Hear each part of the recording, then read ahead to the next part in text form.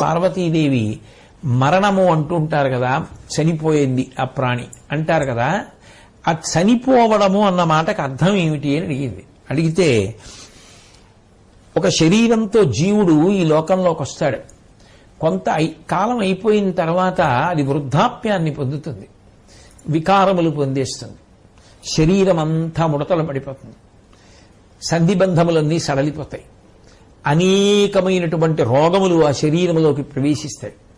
అది ఇక జీవుడికి ఉత్తమ కర్మలు చేసుకోవడానికి ఏ విధంగానూ ఉపకరణముగా పనికిరాదు.